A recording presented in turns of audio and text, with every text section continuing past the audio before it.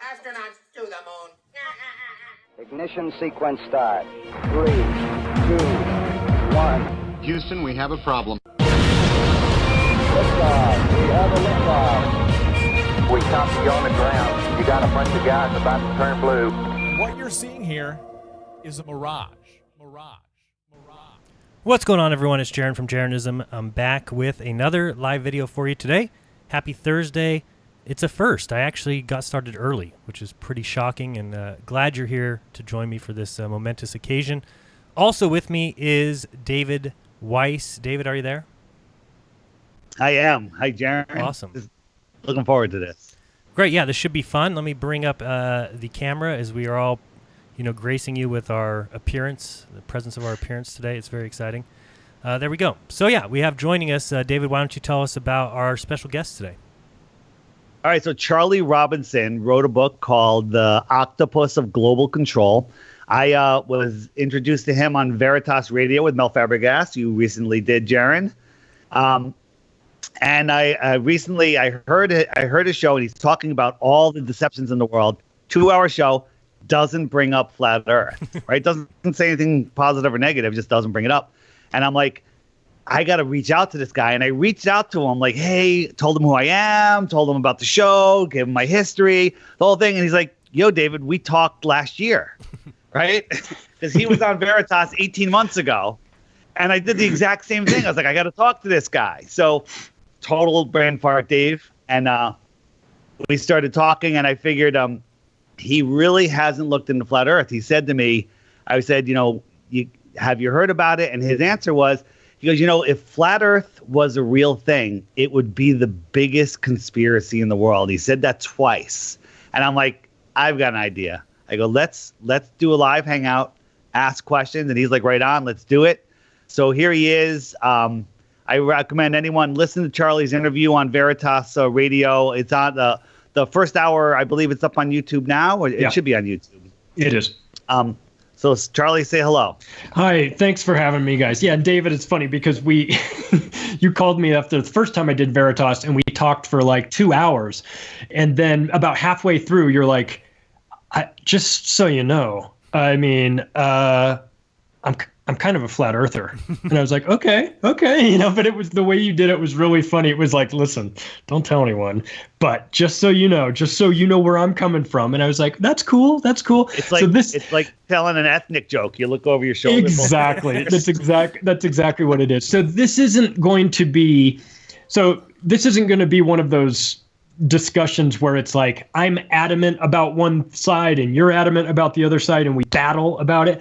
I am already predisposed to I understand that so much of what we believe and what you think we know is a lie. I already know that. So nobody needs to sell me on that. Nobody needs to sell me that NASA is a total fraud. Nobody needs to sell me that the government lies about everything. And so, I'm already sort of halfway there, I guess. But there's just a lot I don't know. It's not that I'm against it necessarily. It's just that I don't have the education on everything to have an informed opinion one way or the other. So my default opinion on it is what has been told to us since we were kids. And the problem with that, as I realize, is that there's a lot of other things that we've been told as kids that becomes our default understanding of the way the world works that I know for a fact are straight up lies. So if this was another one of those lies, like I said, it would be the greatest conspiracy of all times, but it also wouldn't totally surprise me.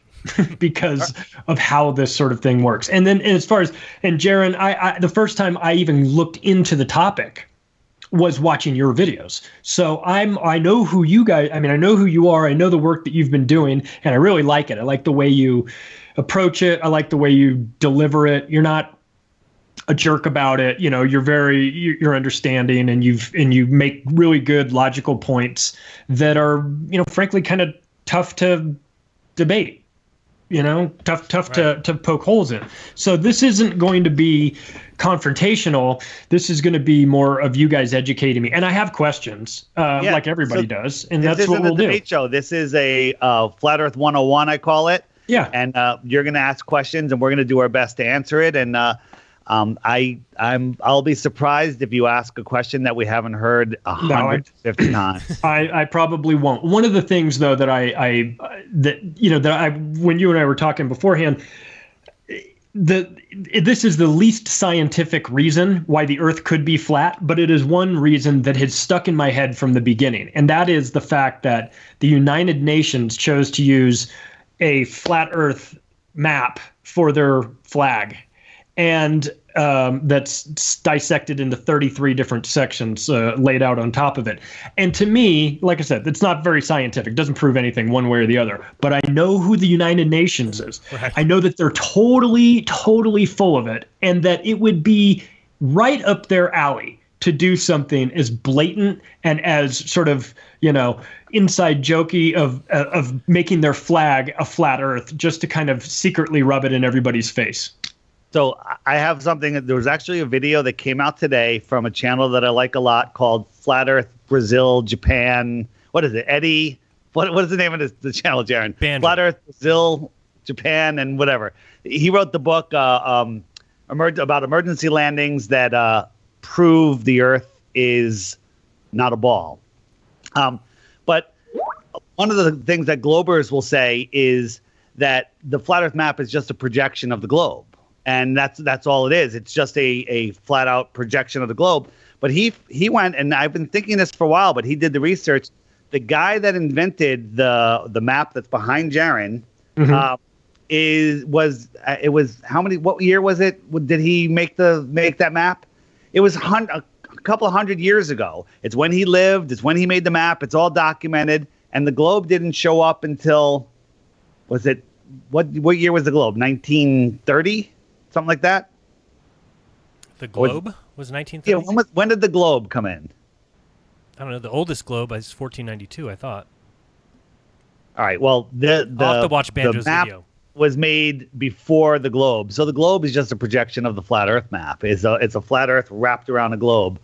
Gotcha. So there's the answer to that. But yeah, I'm with you. The UN map was like in your face. It's everywhere. I mean, they could have done a picture of the map, like you had peeled off a globe and just done it, left to right, but they didn't. They did top down, which is a weird way to do that map anyway, right? If you're the United Nations and you're showing all the nations, you would normally just show it the way somebody would show like a rectangular version of the map, but to do top down, looking down on it was weird to me, and so that fits with the map over Jaron's shoulders. Right. Charlie, I haven't read your book. I can't wait to read it. I did hear your interviews with Mel, and I love Mel. He does a great job. I love Mel, too. He's great, isn't he? He's the best. And I thought you did fantastic, and thanks. Brought up a lot of things that even I haven't heard of yet, so I've got to follow up on a couple things. One of the questions I have about the the book. So it's basically Octopus of Global Control, right? And you talk about the 8 tentacles. I'm guessing. Yeah. Each of those being a different kind of faction. Is one of those science or? Yes. Oh, it is. Okay, that was that's my question. So. And that's another thing that sort of predisposes me to go down this path a little bit more than say like just the normal average person, is that I understand how science has been hijacked. I do know that the universities are dirty. I know that the way they sort of self-reinforce by issuing tenure to professors and then having everybody write each other's peer review papers, and this big circle jerk of people that are just sort of confirming what everyone else has already said. I understand that there's a tremendous amount of pressure for people that have a difference of opinion about that. They are basically forced out of the university. So the science has been corrupted. It's been, even if you go back hundreds, if not thousands of years, the scientists were put in, locked up if they, or stoned to death, or thrown into the river to see if they'll float, or all these things. You got to kind of get on. So science gets corrupted. I know that people say, well, you can't argue with the science. Right. Well, you can always argue with the science, because if you're a true scientist, you kind of welcome those arguments. If you've got a good solid position, then who cares if somebody's arguing with you, right? You should be able to defend your position and have that conversation. The problem I see is when people start to say the science is settled. That means that it's gone from science into religion. Right, and that's what caught me, from the very beginning of this whole, research avenues was. Why is it that there's some things we can't talk about? And one of those being flat Earth. Why is YouTube, not recommending flat Earth videos anymore? Why is it blocking videos? I told a story where I have a neighbor who I met for the first time, and he came over and we were hanging out in the garage kind of talking, and it got to the point where I was talking to him about conspiracies. He said, I'm into a lot of conspiracies. And I said, okay, well, what about flat Earth? Have you looked into that at all? And he said, I've heard about it. I think it's kind of crazy. And he said, don't tell me you're a flat earther. I said, I am. And he says, okay, give me your best shot. I'll give you 30 minutes to convince me. So I'm sitting there for probably 30 minutes going through everything with him, and nothing. He's really not budging. And then at the end, I told him, and to mention that YouTube is blocking flat Earth videos. And he said, they're what? I said, yeah, they're blocking flat Earth videos. And he says, that's the best information that you've given me in the last 30 minutes. So I spent 30 minutes going through all these details and all these things. And then the one thing that, I just use as kind of a passing comment is the thing that struck him the most. So it's funny you say that, because I was gonna say that to you guys, is that YouTube, I understand there's a lot of things that they wanted to ban, but the banning of the flat Earth related videos to me was more of a validation of it than anything, because if it's so ridiculous, then why do you need to ban it, right? If it's just if it's so absurd, and I like I said, I'm not there yet, but like I'm open to all kinds of stuff. I know that I don't know it all, and I know that there are gatekeepers that have information, and I understand that there's reasons why they want to control the information. So I get all of this. The YouTube thing that just bothered me when they started banning it, I was like, well, that's just why would you not want people to see it, right? If it's so stupid. Sean from SGT Report woke up the same way. He was trying to avoid it. Then he saw that they were censoring it, and that's when he dove in. And is really, really looking at it. Before we get into this, before the show, we were talking, and I asked you how your family takes this, and you said they all think you're crazy. Your kids, your wife, they think you're insane. Yes. So, Mark Sargent has a new book out, and one of the quotes in the book is, "Once you go to flat Earth, you can't go back. There's nothing to go back to." So this is just a forewarning that after this show, your relationship with your family might not get better. Yeah. I mean, I look, at my core, I just want to know what the truth is. There you go. I don't care if it's my truth, your truth, some independent scientists. I just want to know what's real in this world. I want to figure it out. I don't know that I ever will.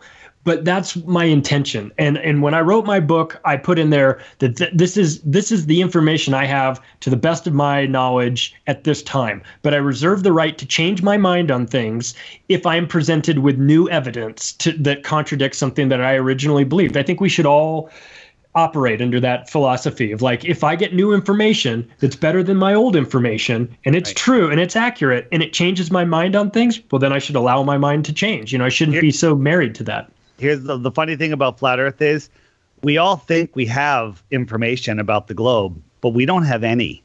Globers will say there's 1 million proofs of the globe and 0 of flat Earth. Well, the opposite is true. Everything they say, here's what they have. They have science, they have physics, they have math, just those words, not anything that go with them. They just have those words. There's absolutely nothing that supports the ball. Now, with that said, there's a lot of flat earthers out there that are like, I'm not saying the earth is flat because it could be something else, right?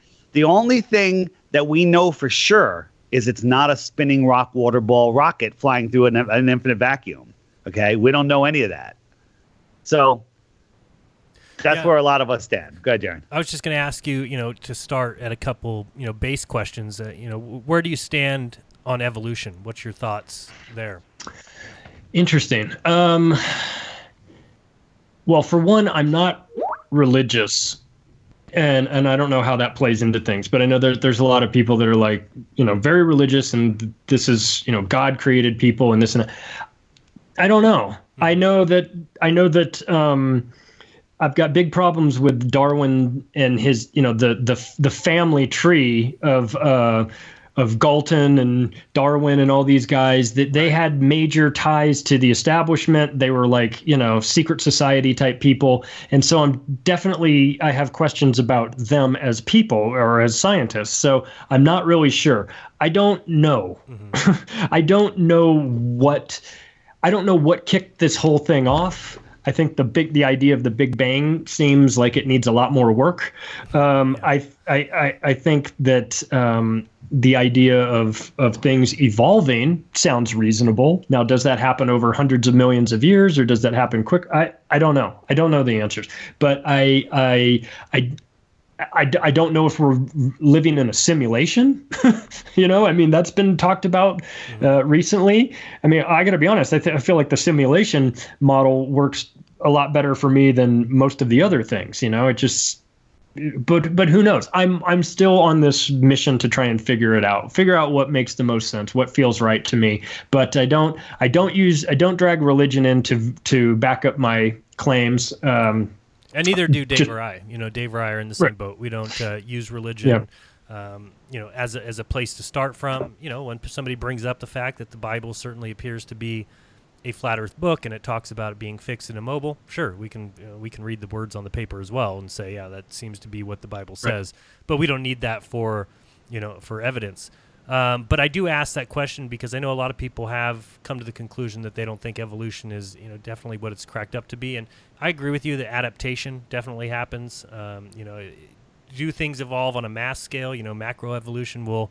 Will the apes of today ever develop air flight and in submarines and things like that? No, I don't think even in 10 billion years, 20 billion years, I don't think anything's coming along to create what humans have created. Getting a little lag. Okay. Still? You're right. Guys froze. We're okay. I'm good. We'll just go on without you, Dave. As he looks lost over there. But I guess where I come from as far as evolution goes is I think that when you look at science and you can see that it's pushed so heavily in schools, that you can't be a professor without, believing in evolution or at least teaching it. So I think that that's a big thing when people recognize that, there can be some subjects that you have to teach. I don't know if you've seen some of the recent tests that have gone on with dinosaur bones that they're able to find. Well, they're finding, soft tissue in some of these bones, which you can carbon date back to 10,000, 15,000 years at the most. But again, we're told that that's 67 million years old, these dinosaurs. So I just think it's interesting that when these paleontologists or these scientists come out with that information, they're immediately fired from their jobs. They're immediately let go, even if all they're doing is just reporting the facts. Hey, I found this dinosaur bone. Hey, looked into it. I broke it apart. This is what I found, and when I tested it, it's carbon dating at this. There's a scientist or a group of 10 of them, I think, that sent multiple specimens to a dating lab, and the dates all came back 10 to 15,000 years. When it was reported, oh, by the way, everything we sent you was T-Rex bones, they were told, you're never allowed to send another thing here as long as you're. So it's just funny when you see things like that, and I think that tells me that there's a problem in science. That it's like you said, if you can't question anymore, if you can't say, well, what if dinosaur bones aren't 67 million years old? If you're not allowed to ask about how they got the age of the Earth and these things, if you're not allowed to question some of these dating mechanisms, then I think we're talking about pseudoscience. I think, like you said, it's a religion, and that's what, it's frightens me the most about so-called science. Yeah, I mean, a lot of this stuff I'm not a paleontologist. How would I know? Right. So a lot of us, when they propose this, they say this is this many years old, or we're at the Hubble telescope and we're looking back 6 billion years, and we all just go, okay. I mean, if you say so, like, how would we know? How would we check their work? We're not. The majority of us are not scientists. We're not qualified to do that. Maybe they're not qualified either. But to talk about that and to see that and go, we're at a disadvantage because you don't know.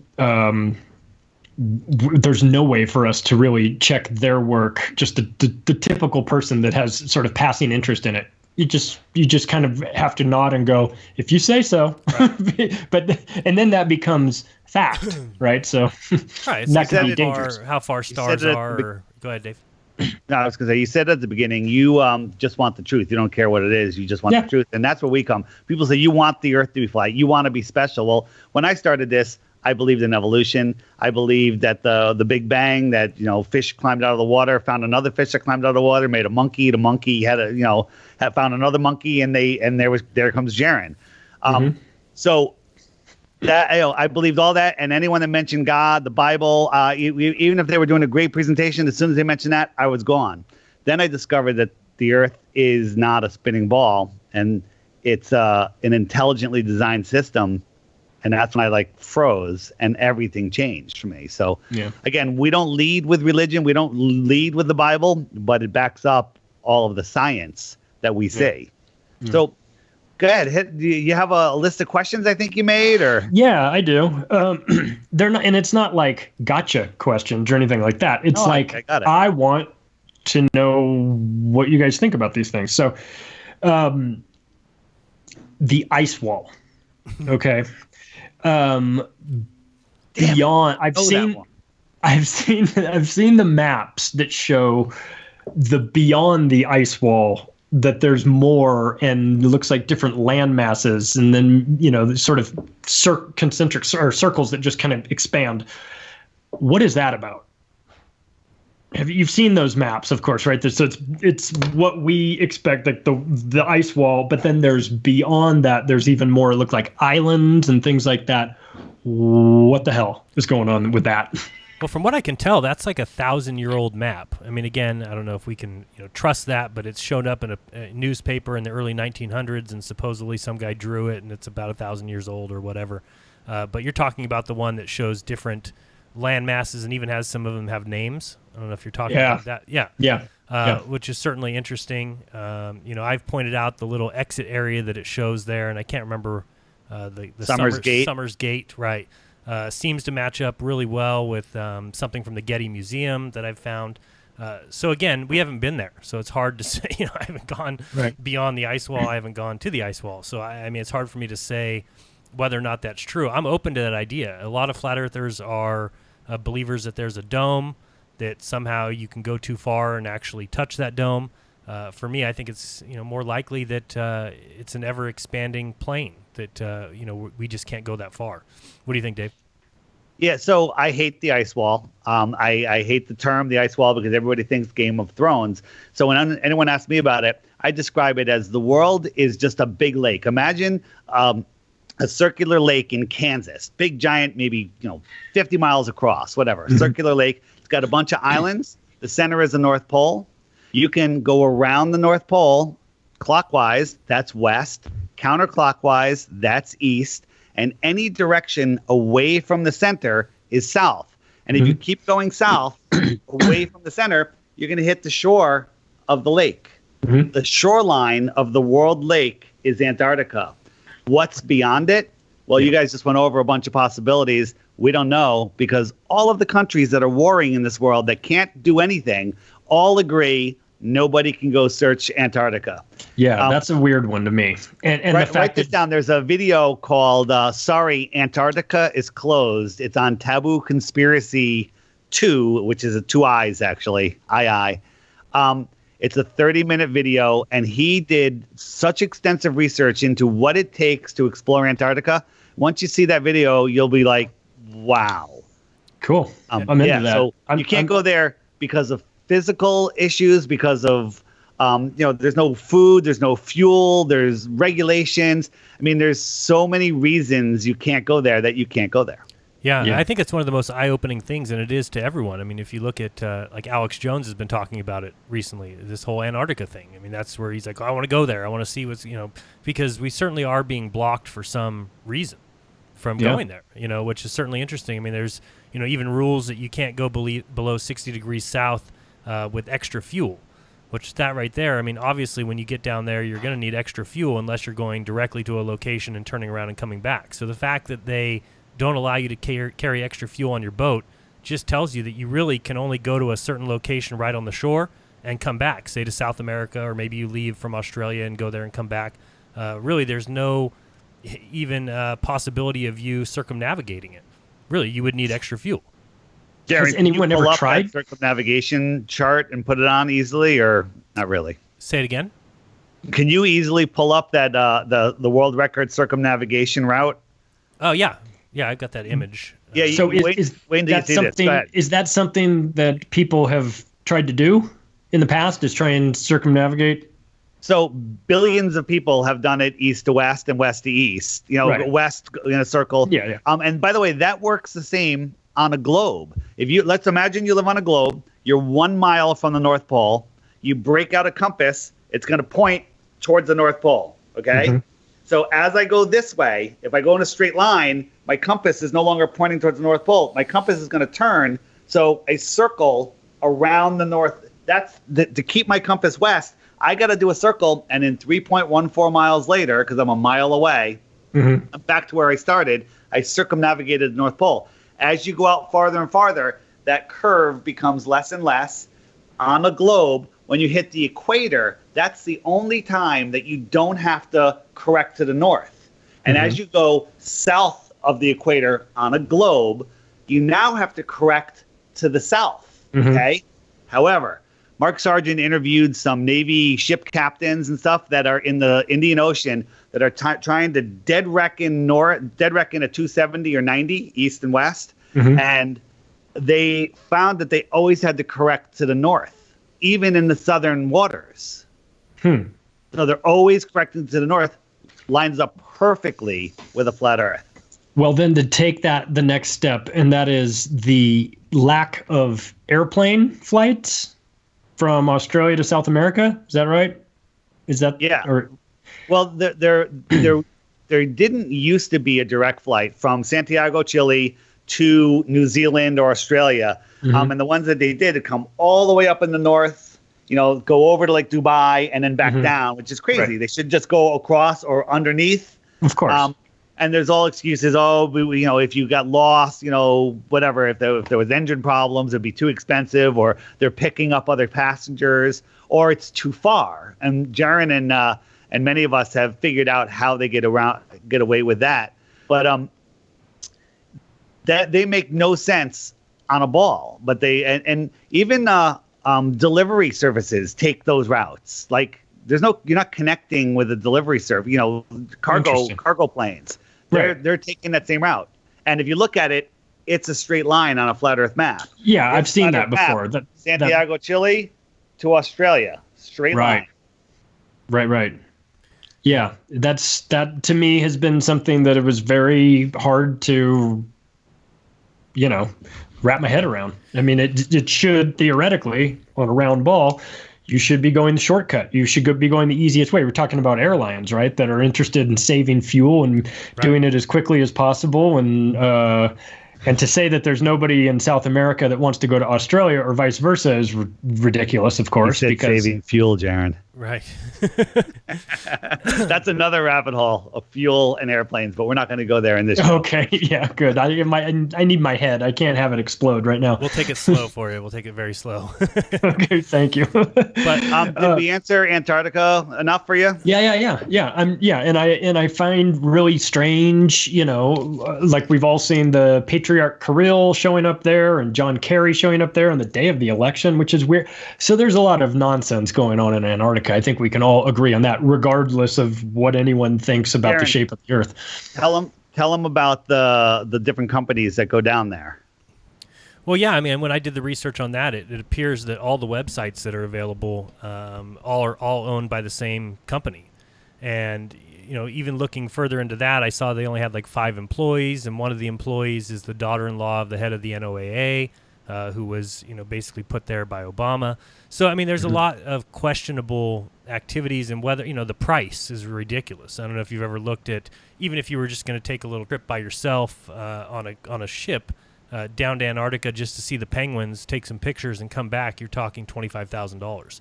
And it gets more expensive from there if you want to go inland, if you want to go to one of the stations or something. It just gets outrageous. There's also a girl. I have a lot of problems with the whole idea of circumnavigation or crossing Antarctica. There was a girl recently who is a skier, and she skied to the South Pole and then skied back the direction she came and was picked up, and she has a blog and everything. And so I went to that blog and started emailing her, and I just asked, why didn't you go to the other side? For me, if I'm a skier and I can ski to the South Pole, I would just continue on so I can say I crossed Antarctica. She only went to the South Pole, turned around, and came back. And she said, the difference was $50,000. Like, well, what difference? She said, well, it would have cost me $50,000 more to have them pick me up on the other side. And I just couldn't even fathom, what are you talking about? How could it cost that much to be picked up on the other side? Now, of course, if you're a flat earther, you don't believe that you can go across Antarctica, that you're kind of skirting the edges, you're hitting the South Pole, coming back. I think what Dave's talking about as far as circumnavigation with airplanes is, and this is kind of what got me on flat earth a long time ago, in 2015, there was a guy who broke the record for, he went north-south circumnavigation solo in a plane. And, it took him a long time and whatever, and he had his proposed path, and you could watch it online and see what he was actually doing. Well, his proposed path was to go from Brazil, cross the South Pole, get over to New Zealand, and then come back up the other side and go to the North Pole. Well, when he flew down there, he hit the South Pole, turned around, and came right back to Brazil. So he basically went Brazil to the South Pole, turned around, went back to Brazil, then from Brazil went over to New Zealand, Australia, and then up there. So I said, okay, well, he's not going to get the record because that's clearly not a circumnavigation. But no, they gave him the record. And that's when I said, well, hold on a second. Now we're giving people circumnavigation records when they didn't circumnavigate. They just went to the South Pole. It'd be the equivalent of us flying down to the South Pole from the United States, turning around and flying right back up. Well, that's not circumnavigating. You only went to the South Pole and came back. So I think that there's so much wrong with the ideas of circumnavigation and crossings, and of course you need tons of military backup. You need your government's okay. You need to complete a survey of what kind of damage you're going to do to the ecosystem down there, which costs. Then you got to pay $100,000 fee that's non-refundable, and then they deny you. Right, it's insane. So I don't know who's able to go down there. It's just you and I would not be able to go down there. That's for sure. I mean, it's going to take a huge team. The path, he went like from here to a point, and then turned around and came back and went up to the North Pole and back down. That's circumnavigation. Right. It's insane. That's weird. Yeah, that's very hard to understand because you're right. Why would they charge so much unless that was one of the easiest barriers to throw up to somebody to make sure that they didn't test it out, right? Otherwise, you'd get rich guys just saying, "Hey, let's just figure this thing out." Right. Possibly. So this is maybe the main question. This is obviously a question you guys have gotten 100 times, but it's a logical question, and that is, what is the point? Right. We hear this one all the time. I'm sure you do. What's the motive? And I understand what the point is of a lot of these lies and conspiracies and hidden truths and things like that. I not all of them, but I mean, I can understand a lot of them. Some of it is money related. Some of it is power related. Some of it is knowledge related and scientific. And what is money? Money is a control system. Money's not real. Yeah, money's. So before fake we give anyway. you our opinions, because we're not them, but it's pretty darn clear to me, is I used an example. You're hanging out at a campfire and you watch a guy take a burning log and go burn down 5 houses, set 5 houses on fire. You got him on video. You've hit him with a laser pointer to see how far away he is. You've calculated it. You've seen it all. And then you go, yeah, but why would he do that? Therefore, he couldn't have done it. Therefore, it's not real. It's we don't know the motive, but it's absolutely clear. Jaron, you want to give him your opinion first? No, I think that's great. I think motive, you have to look into it, the whys, but I think there's so much control that happens because of the globe, and really it comes down to whether or not there's more area out there. I think that's huge. If there's a book called The Iron Republic, I talked about it a million times, where it describes another, the other side of Antarctica. This boat gets lost over there, ends up finding a whole new continent that basically knows about the United States. They're much further along technologically wise than we are, and I could see that being a possibility. I could easily see there being other places we could go, other places we could live, and the countries as is want the control to stay there. And if we found out that we could go somewhere else, that there's more land, there's more opportunities, I think a lot of people might leave. If we found out that there was other places to go, people would go. You're like me. Yeah, go ahead, Dave. Dave would go. No, good. When you're done. The other thing is, Jaron was on Veritas, not the last time, but last year. I think we were both on, actually. It was Jaron and I. I listened to that.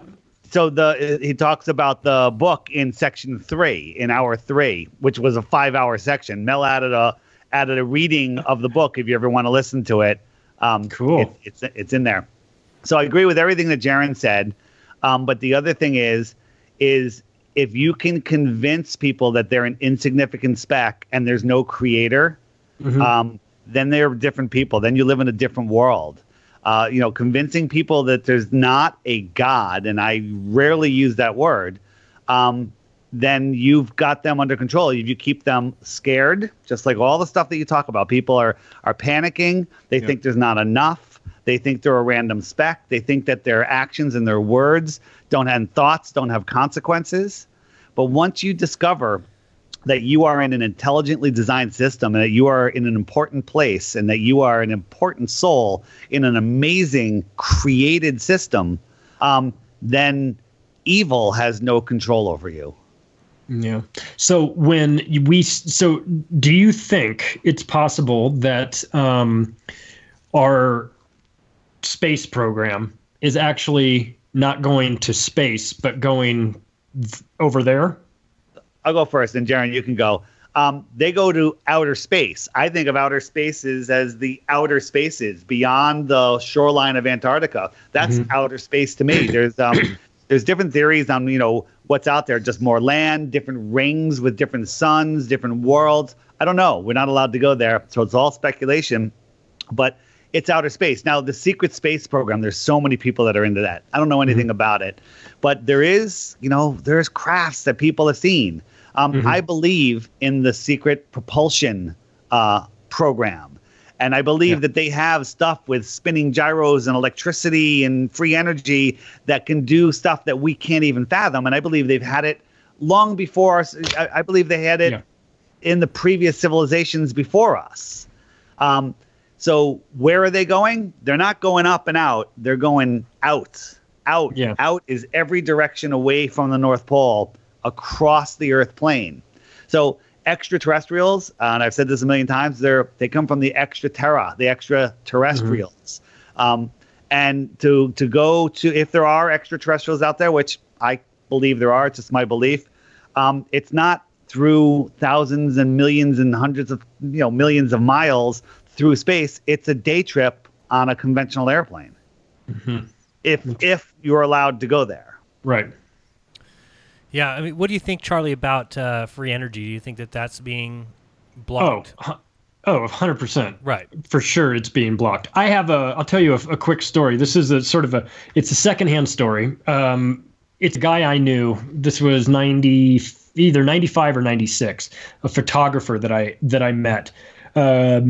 and he was like, he looked like maybe a guy that would go to the Grateful Dead, right? He was like in his 60s, long, kind of grayish hair, cool guy.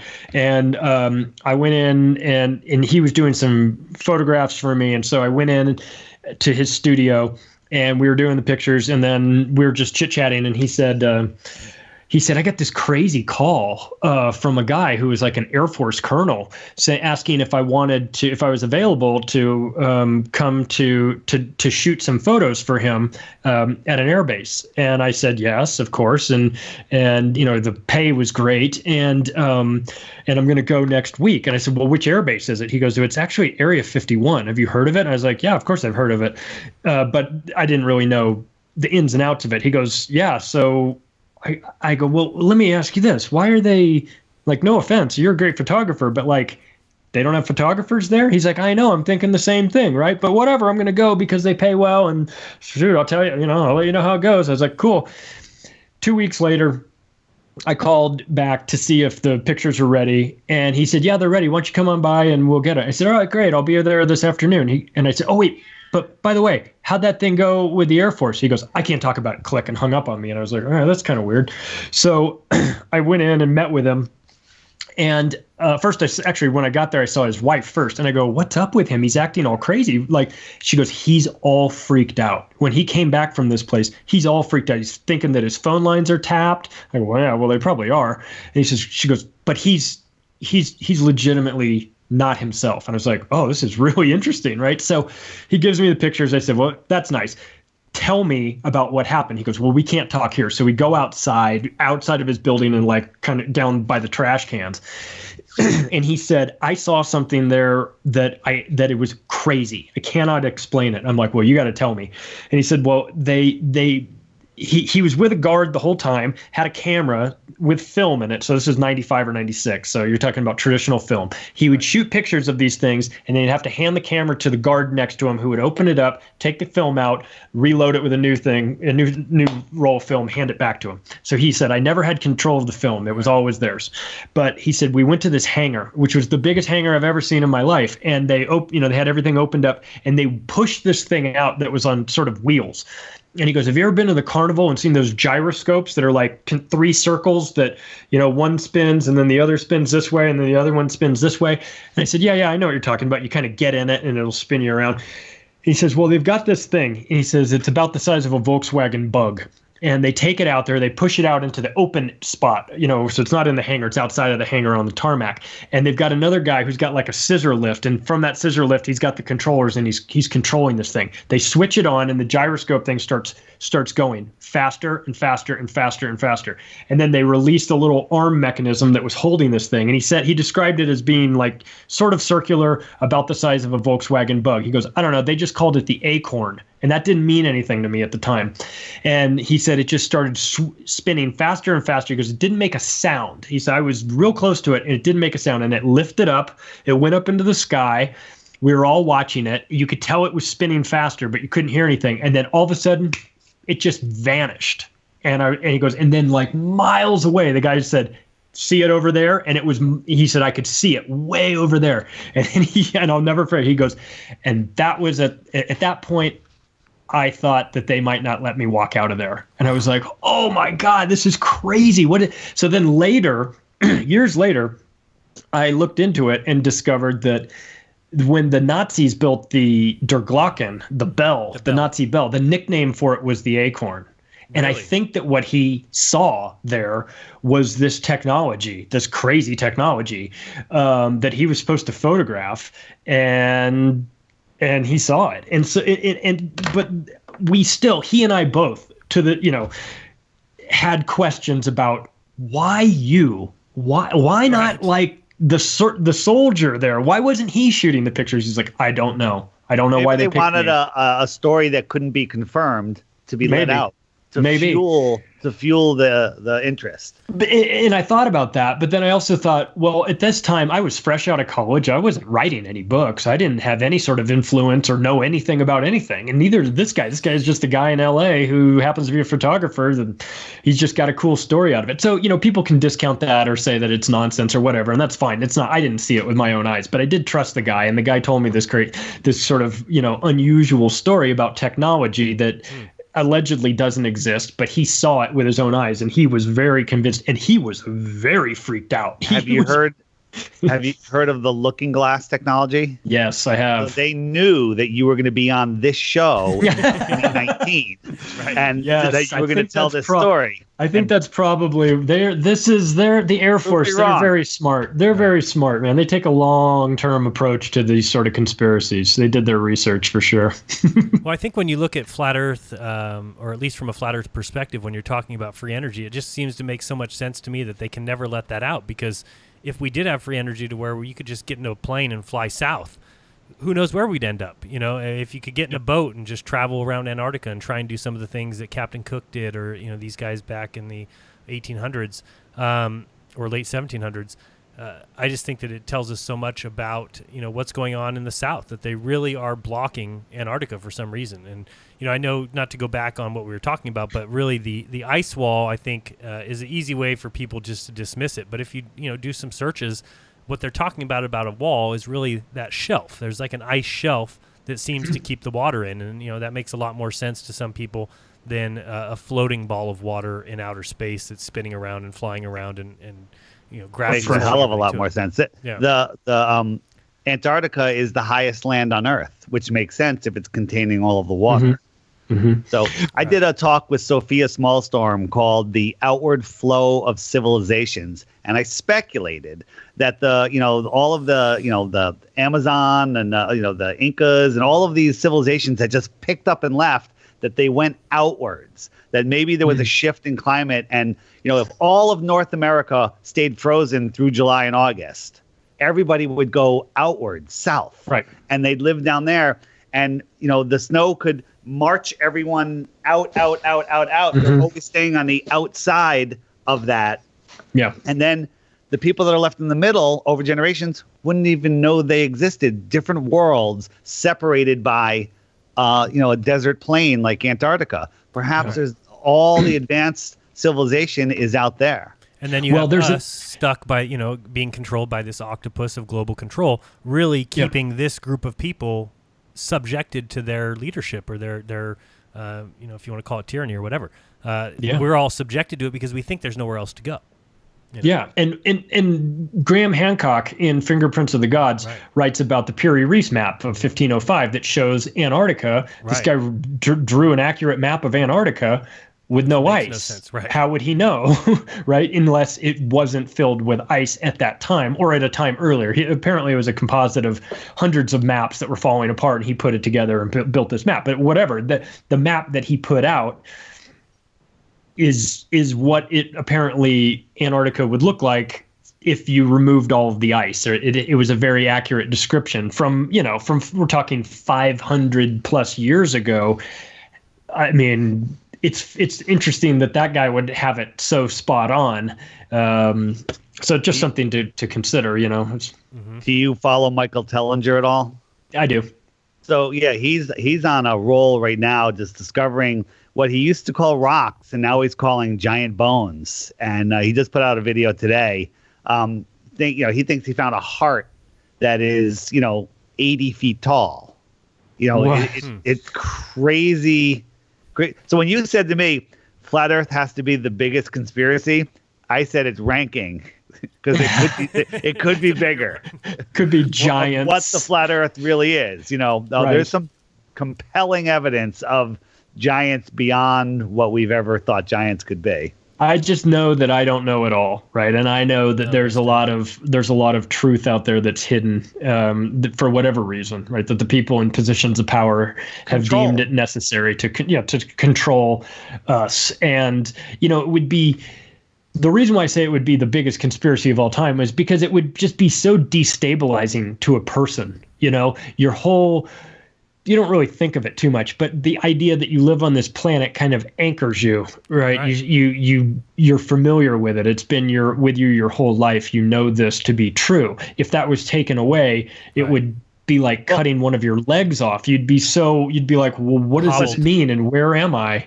I agree with what you're saying, but I completely disagree with it, because they have us believing that we're a speck on a speck in an infinite universe, spinning and spiraling out of control, where all of our resources are limited, and there's no God, and it's everything is random. That is insanity, but that's where everybody lives.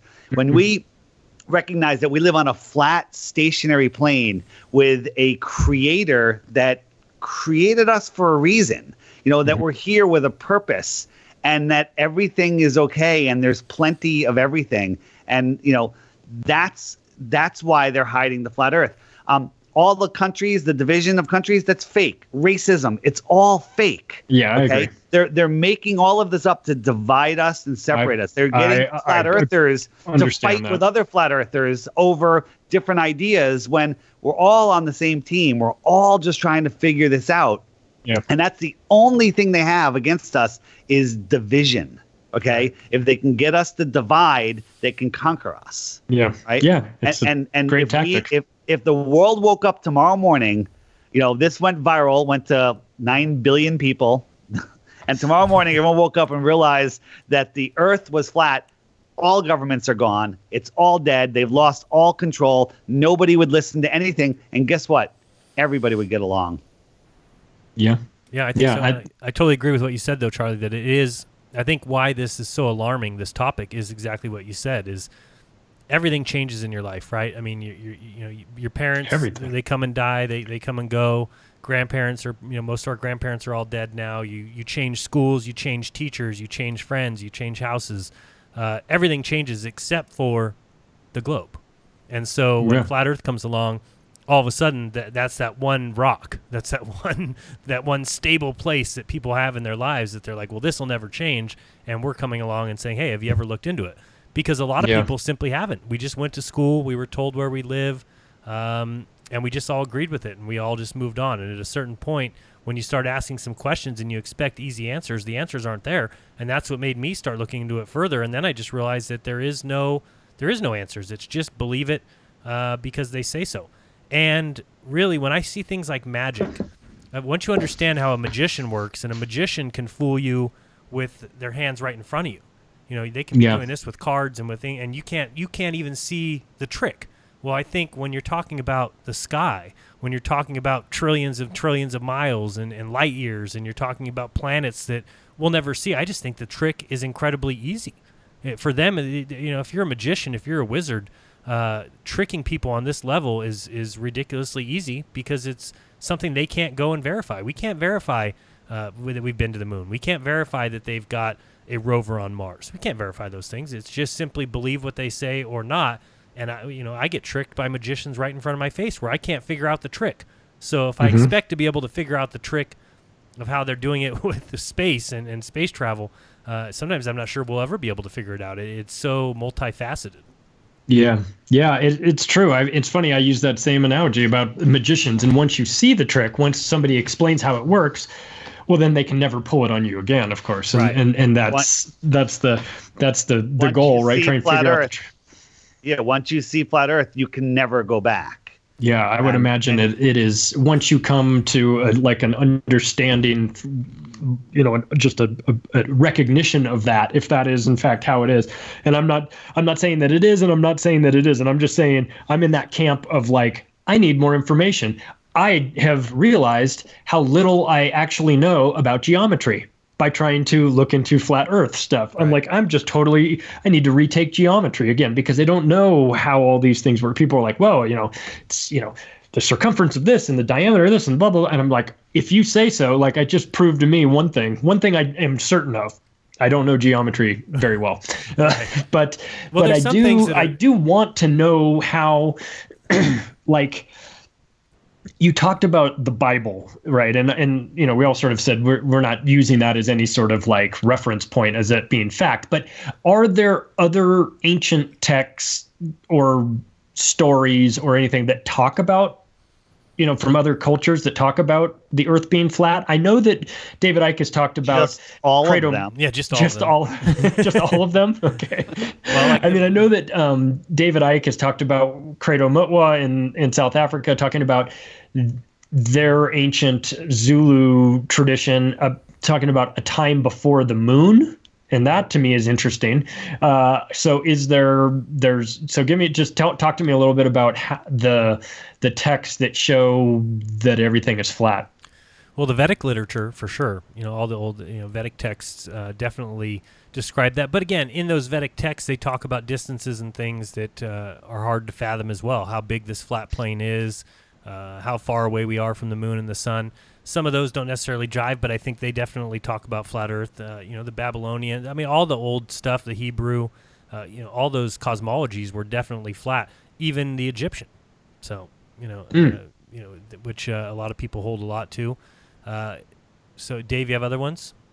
Basically, all of them. All of the NASA introduced the globe. Earlier, you said that you don't need any convincing that NASA's full of crap, right? No, none. So the question is, why is NASA going to all of this effort to deceive us about space? And it's to make us to believe that we live on a ball, that men can go to another ball in space and walk on it. Mm-hmm. Because without that, people would be questioning. The biggest argument we get is, what about NASA? What about all the space agencies? Mm-hmm. They're all nonsense, and they're all in it together. Maybe they're working separately a little bit. Did you see the soda can that docked with the space station yesterday or the other day? Go if you on the app today. I think it's the app video today. Yeah, it is insanity. It's literally a Coke can that docked with the space station. Check it out. I'll bring it up. There it is. That docked with the space station today. That really is a Coke can. That is real. A Coke can. Yeah, it is a soda can. Oh man. I think it's a Budweiser can. I talk a lot. I talk about NASA in the book for sure. I rip them to shreds. I have big problems with Adam Stelter at the Mars mission. Right. That guy knows nothing. Zero. Elon Musk knows nothing. I'll tell you what, Adam Stelter would have been good on Who Wants to Be a Millionaire as long as he could ask the audience or phone a friend, because during his presentations, he's asking the audience like crazy, and he's like, is Miguel San Martin out here? Right. Is and you're like, what are you on some sort of weird game show? You don't know what sort of resolution, you don't know what kind of file your Mars rover is sending back pictures in. Like, you're in charge of this program. Like, you don't think you would know that? Like, I have big problems with that guy. I think that guy is totally full of it. But also NASA in general. I list 100 things with NASA that I don't buy. And it's a shame too, because I want to believe it. Right. Yeah, me it's too. the one conspiracy that I think a lot of people are like, ooh, I like that. I want to believe that we went to the moon. And even especially if you're an American, you're like, even better that it's our people that went to the moon. And now I look around and if I'm objective and take a step back, I go, well, our government lies about just about everything, right? They don't have a problem with that. I wouldn't put it past them to lie. Right. We've got technology that we can't reproduce anymore. Well, we had it, but we destroyed it. And you're like, okay, that makes no sense. Here's the thing that happened not pretty recently is there was a law in place that said the mainstream media is not allowed to purposely lie to the United States citizens. I know. Okay, yeah, the Smith-Month Act. Right. So, but just think about this: to remove that, it takes time, effort, money. You got to put a bill through or whatever. Why would you remove it? If you want, the only reason is because you wanted to legalize propaganda. That's it. Right. That's the only reason, because you could have left it in all of the craziness started right after that. You bet it did. All the shooting started right after that. I have major trust issues with it. I don't believe anything that they say. And that extends to NASA. And then you go, well, if this is like anything, like I encourage people when they buy my book, it's like, some of the topics will interest you and some might not, but find one, because once you find one, you'll say, okay, if this is a lie, what else is a lie? Right. And that'll lead you, that chain reaction, that rabbit hole thing where you just kind of go. And where's the end, right? So did we go to the moon? I don't know. Did we go to the moon? That's something that people would be interested in. Then the next step is, Jesus, are we really living on a ball? Right. Or are we living on a flat plane? Because everything in my body and mind, every sense that you have tells you you're on a flat stationary plane. Yes. Right. Yes. But the liars in science, the liars in the government, the liars at NASA tell you the opposite, which is unfathomable. But as a child, you had no defense against what they told you, and now it's a core belief. You had no choice. You got it. Yeah. You don't first of all, you don't see a reason why they would lie to you about it. You don't have the knowledge to challenge them on it. You don't have an understanding of the science at a level that you could get into a debate about it. So you just kind of say, well, this is, the sky's blue and we live on a round planet, and it's right? And then there's other round planets out there. And I love that. I wrote did reports in like 7th and 8th grade on Saturn and Jupiter and all these things. It's fascinating to me. Now our optics have outgrown their lies. We can take the P900 or the P1000 super zoom camera, zoom in on a star, and it's a pulsing ball of, not even a ball, it's a pulsing sentient light, in my opinion. I mean, it is not a rock in space reflecting light. Think about this. What it's not is 25 trillion miles away. That's what it's not. No kidding. Yeah, I just struggle with that one and so much. The fact that they think we would be able to see those distances. I mean, even on the very clearest day, we can see 200, 300, 400 miles. That's at its max. That's as far as we can see, and there's just atmosphere in the way, and everything gets in the way. But they tell us that just tilt the telescope up a little bit and take a look at those stars. And of course, the closest star is said to be 25 trillion miles away. That's just ridiculous to me. Yeah. It always seems a bit weird. Charlie, you haven't heard me every time. That's my trigger word, trillion. So people don't realize what a trillion is, and I don't think you do either, right? How long is 1 trillion seconds? Oh, it's got to be like 70,000 years. 30. It's 31. That was a great guess. 31,000 years is 1 trillion seconds, and we're seeing a light from 25 trillion miles away. And that's the closest. That's the closest star. That's the closest one. So I have always wondered about this, and this is something that's tripped me up, and maybe you guys can help me figure this out. So if we're rotating around the sun, and we're rotating, our solar system is part of the Milky Way, and the Milky Way is rotating around a black hole. Shouldn't we sort of be doing a corkscrew?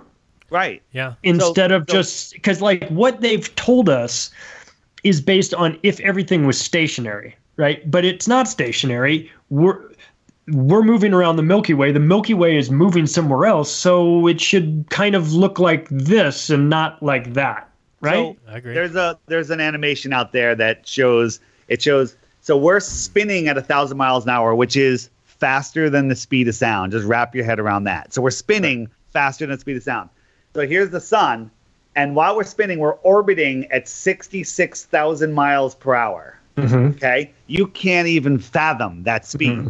But while we're orbiting, all the other planets are staying in the same line, on the same plane as us, orbiting, but the sun is going over 500,000 miles an hour. So we're spiraling, chasing the sun, and spinning, and traveling billions of miles. But every year on the same day, 365 days from now at this time, the stars will be in the exact same formation that they were today. Yeah, that shouldn't happen. It shouldn't happen in 10 minutes. It should change, let alone a year. Okay? But there's no parallax. Nothing moves.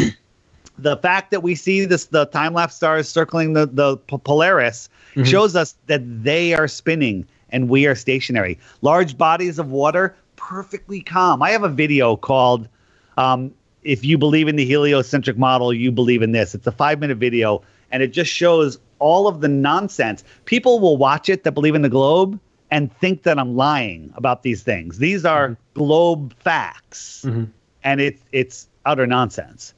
I love that you guys are doing this, by the way. I really do. I think that this is, obviously I have a lot to learn about it. I want to know more and figure this out, but it's fascinating to me. I wonder what you guys think of the lunar wave. What is that? Very interesting, huh? Very interesting. Yeah, now is that a holographic glitch? Yeah, we're seeing it at other. I've seen it on planets now. Some people have caught it on Saturn. and it comes in twos, which is really strange. It certainly doesn't seem to be the wake of any kind of jet. It almost looks like a catching up of a rendering issue. It was really interesting. Yeah. I think it's something that we just don't understand yet, or maybe you can never understand. But it's what I try to do, and I do it all the time, is forget everything we've ever been conditioned with about where we live, and then go outside when the moon is out or the sun is out or the clouds are up or whatever, and look and ask yourself, like I do this all the time. I'll see the moon is right up there, and I'm 35 miles away from New York City, and you can see the New York City skyline, and I'll say to Paige, what's closer, the moon or New York City? And my answer is the moon. Okay? Dave thinks the moon's real close.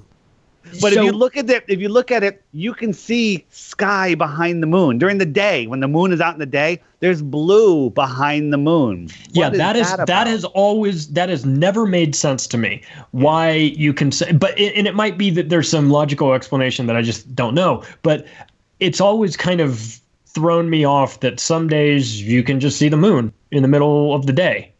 Not all day, but it's for some parts. You're like, oh. Why I don't understand the mechanics of that. Why it is that some days you can see it and some days you can't. And so people think that the sun is lighting up the earth. Imagine if a photographer didn't have a backlight and was just taking flash in the dark pictures. It would look like the Blair Witch Project. Okay, right. You need that backlight. Well, the sky is the backlight. The sun is the spotlight. Okay, so there's daylight in the sky and the sun is the spotlight. I believe, this is my opinion, and there's a lot of evidence to it, that the sun is electrical and it is fluorescing the gases in the sky, and nitrogen, which is tons of nitrogen up there, fluoresces blue. If you have a nitrogen bulb and you put it near a Tesla coil, it'll light up blue like the sky.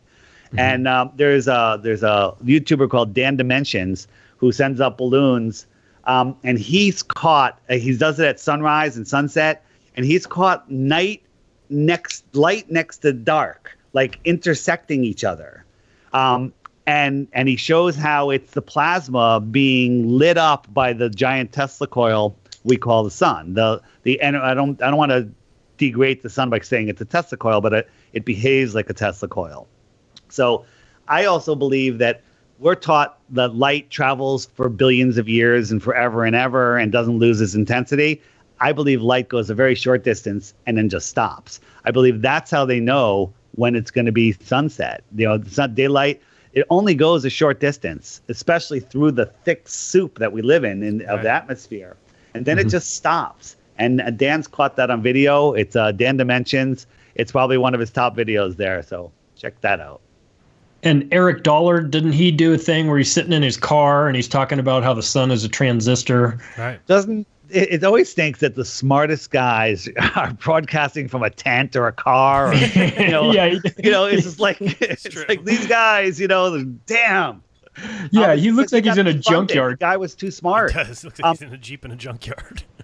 Yeah, but he was explaining it in a way. I was like, what is going on here with this guy? This guy is out of this guy is either off the charts genius or he is out of his mind, or possibly even both. But it was making sense. I want to give you one thing to think about. And you know how when you're a kid, you're driving in the car and you're like, look, Mom, the moon's following me. And the parent said you were an idiot. Well, you weren't. It was following you.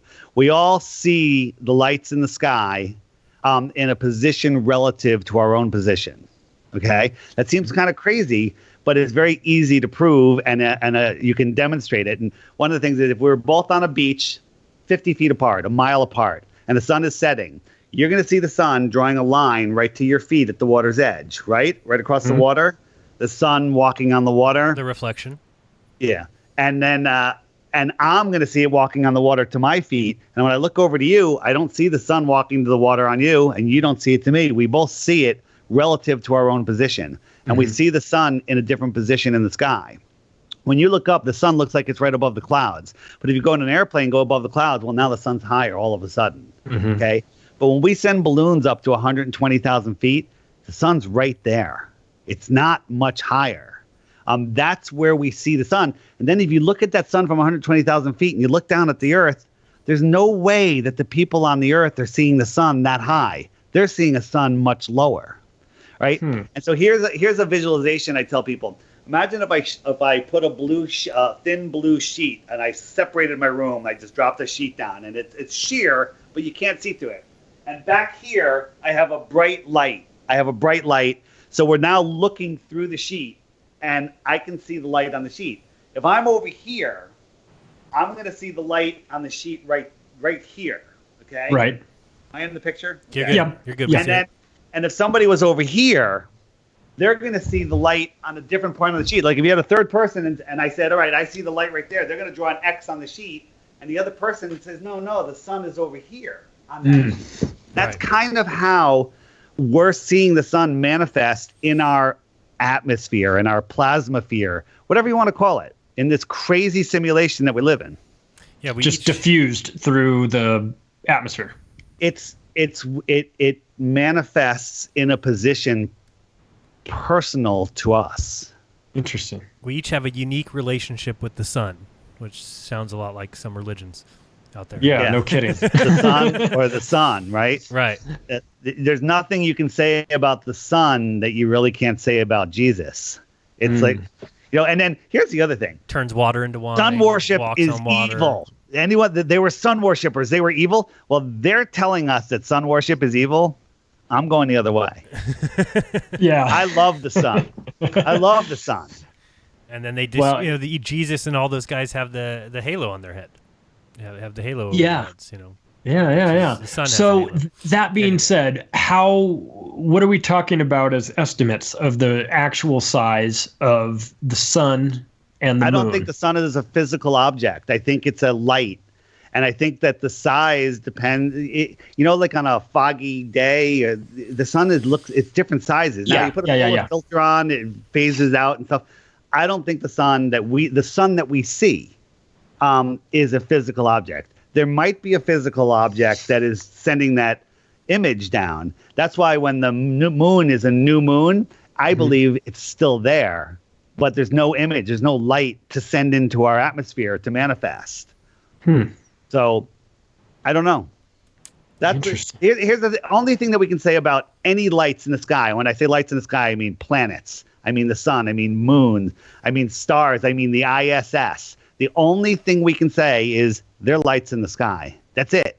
That's all we can say with 100% accuracy. Yeah. Yeah, because we can't go there. We can't verify. Right. So you do have Eric Dollard and these other guys saying that from free space you wouldn't even be able to see the sun. He flat out says that. There's other guys I've heard in the electric universe model that say the same thing, that you wouldn't be able to see without an intervening atmosphere. So when you hear those things and then you watch NASA films that seem to show the sun in free space, then you have to question, well, who's telling the truth here? Because somebody's saying you can't see it, and then other people are showing you, here, this is it right here. I certainly don't believe the liars like NASA. So, it is. It's a strange. It's strange that NASA is very prolific in CGI, right? It seems like everything that they show to back up what they're trying to tell you is done with what can best be described as just fake images. Watch storytelling rocket constantly. launch. It shows a close-up, and then 2 seconds later it shows a different angle, and then another second later it shows another angle, and within 60 seconds they're into a cartoon.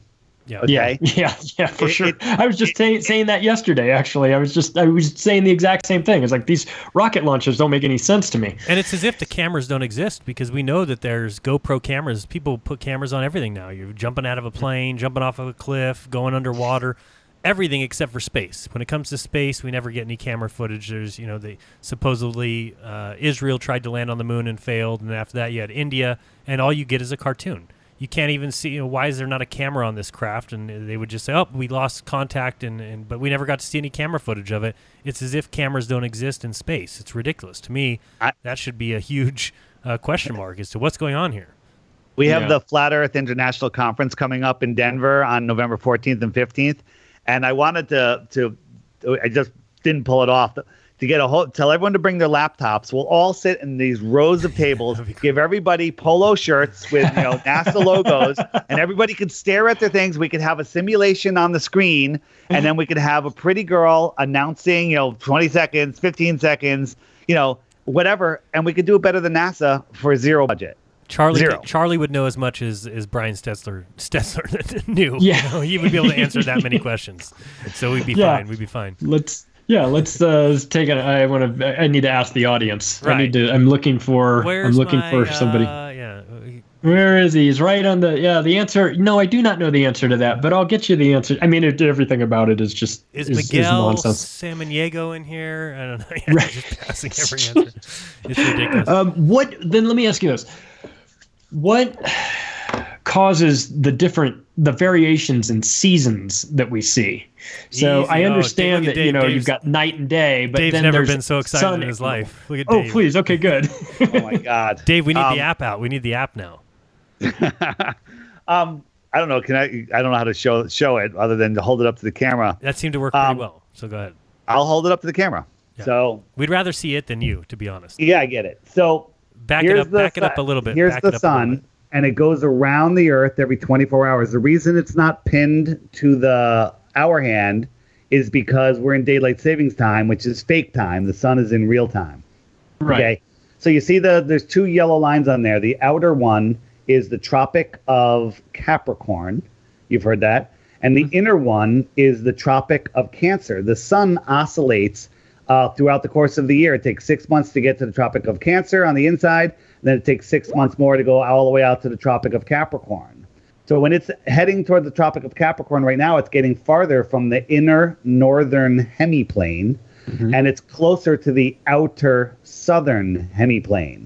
So they're getting into their summer. The sun is going over their heads, and the sun, for us, because it's farther away, is lower in the sky.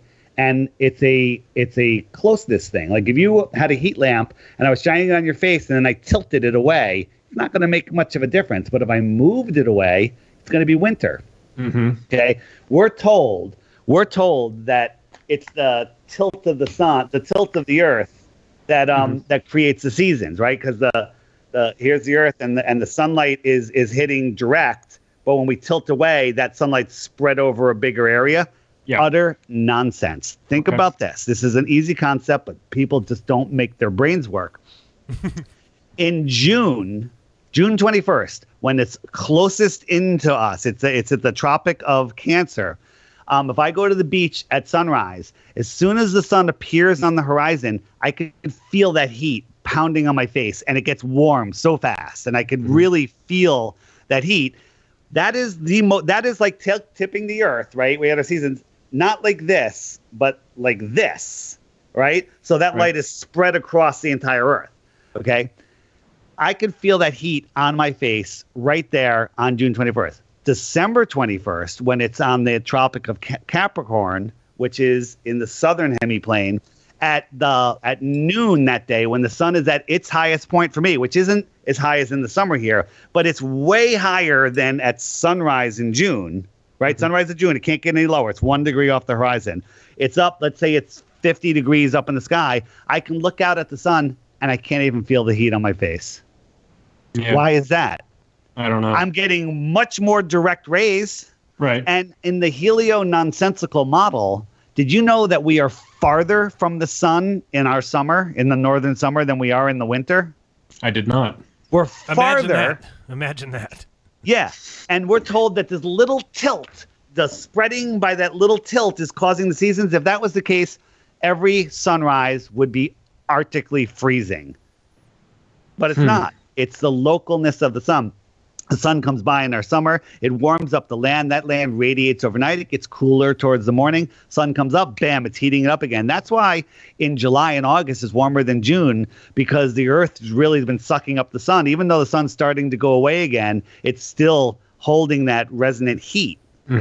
Seasons make zero sense on the helio-nonsensical model. They make complete and total sense. Write this down. On my channel, which is DITRH, stands for Deep Inside the Rabbit Hole, I have a video called, what do I have? Oh, no, there's a video called The Sun Explained by Stinky Cash. It's not on my channel. The Sun Explained, and the channel name is Stinky Cash.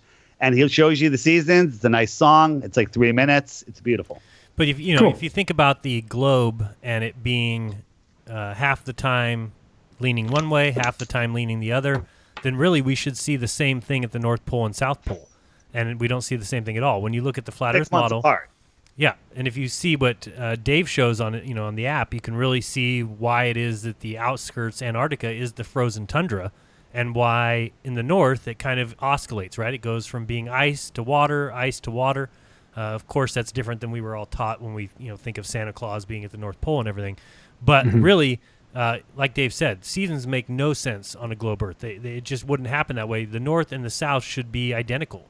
There shouldn't be anything that would be causing them to be so vastly different, and they are vastly different. There's no plants, there's no animals that can live in the south. In the north, hundreds and hundreds of thousands of animals, flora and fauna.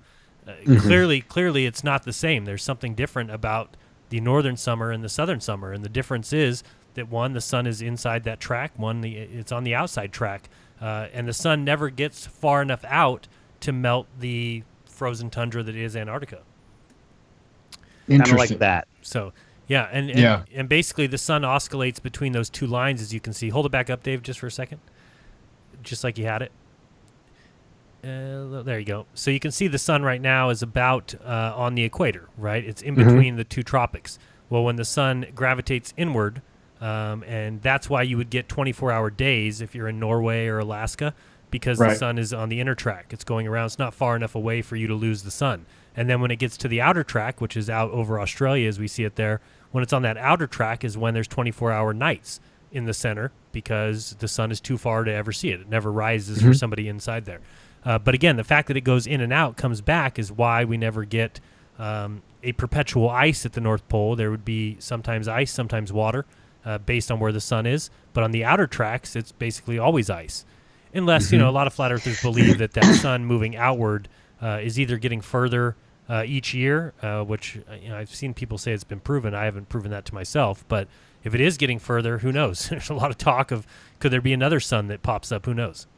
Or is there more suns out there? What about that? There have been people that have captured an additional a second sun. What's that all about? Is that nonsense, or is there something to that? I think it could be either. I mean, I haven't caught it enough to say that it's for sure. Sometimes I think we get a lot of lens effects on cameras. Right. I think, yeah. It's And kind of I hard also to say. think that there's lens effects with our atmosphere, with all of the spraying that's going on in the sky. For sure. Who knows? Sometimes the sun it'll manifest in like two positions at once, or at least a smaller piece of it will, because it's not something physical, and it's a lens effect, possibly through a dome. There's so many options. I know what your next question is. Oh. What is the name of that awesome app I was just showing? Yes, that was my next question. That's the Flat Earth, Sun, Moon, and Zodiac Clock app, available on Android and iOS. Nice. Okay. So make sure you pick that up if you don't already have it. That's the gift that keeps on giving, right? You get that to give that to someone for Christmas, and you'll ruin their life, man. They'll be on their computer for the next 3 months straight looking up flat Earth stuff. Well, the thing about that app that's so great is that a lot of people, like you said, with your family that maybe disagrees with you or thinks, okay, that's fine, go ahead, Jaron, believe the Earth is flat. When you finally show them that app for the first time, they kind of go, oh. It all kind of starts to settle in, because at first they're just thinking, kind of like what I thought when my wife told me, do you think the Earth could be flat? I said, no, you're crazy. How do planes go around it? I've flown east, you've flown west. We both got back to where we started from, and the Earth must be a ball. It isn't until you see something like that where you start to understand how east-west navigation works, and the fact that east-west is a circle, both on a globe and on a flat Earth.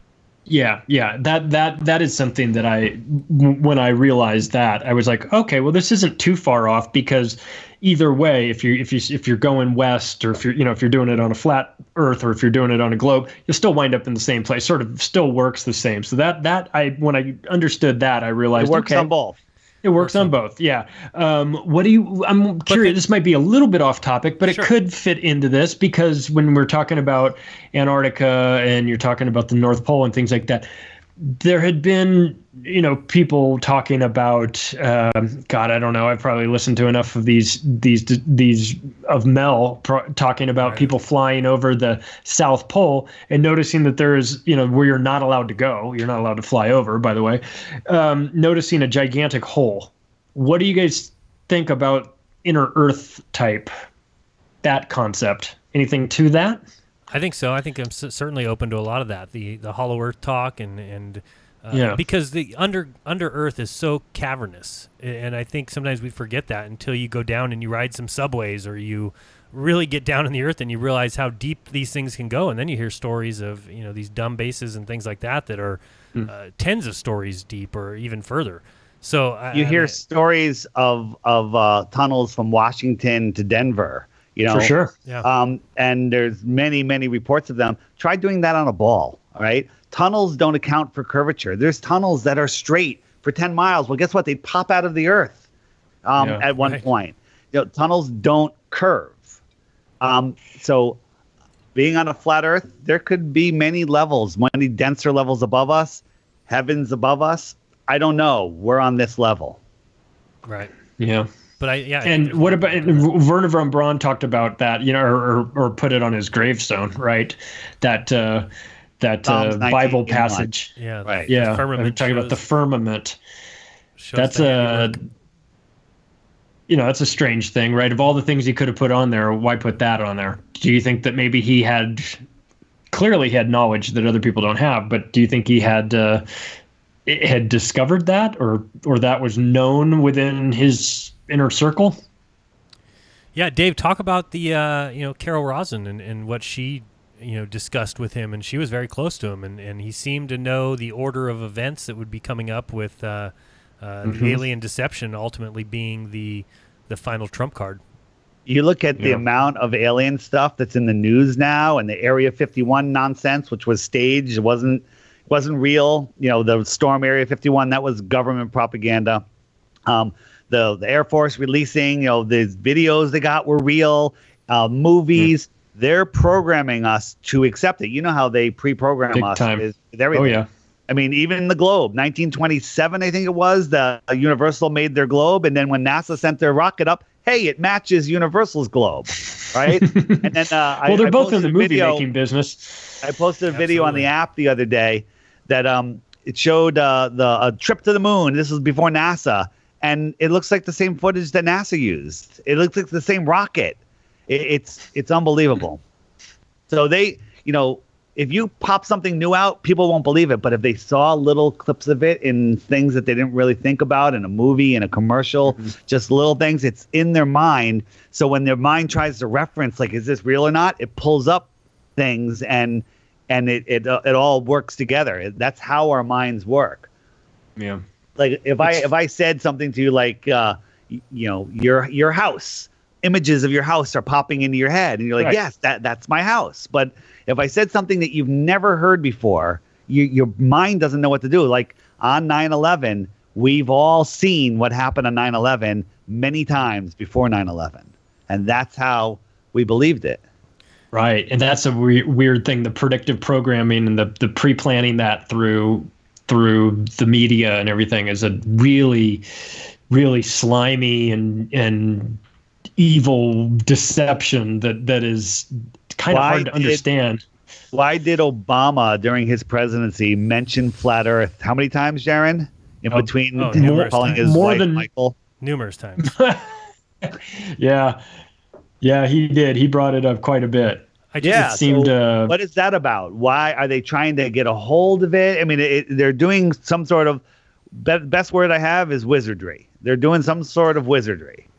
I thought when I saw that of Obama doing it, what I thought, first thing that went through my head was that was sort of like an inside wink to the people in his, that he knows that know what's going on, that he's kind of throwing them a little coded message like, oh yeah, I'll bring this up. Like, we don't have to have a meeting of the Flat Earth Society. And, and everyone like of his buddies would be like, oh shit, he brought up Flat Earth. He did it right in front of everybody. Exactly what I would do. Exactly what I would do. I always say, Charlie, that you got to look at this when you're looking at flat Earth and the globe. Things fall into three baskets. Can fall into three baskets. Works on a globe, works on a flat Earth, or works on both. Circumnavigation east and west work on both.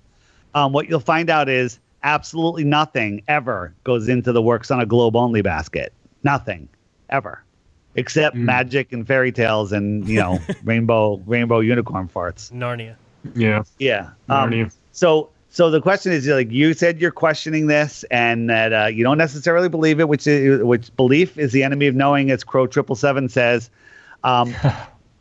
is what is the one proof you have of the ball? And that's how we become flat earthers, when we try to find that one proof. I don't have any. I know you don't. It's a rhetorical question in my mind because there is no answer. And only when the person takes the time honestly to look and says, okay, I've got it, photos of Earth. And then we show them that photos of Earth are nonsense. Exactly. I know that. You've got nothing. So if there's in the words of the great Bob Nodell, a preponderance of evidence, of countless evidence for flat stationary plane and zero of the globe, what's going on?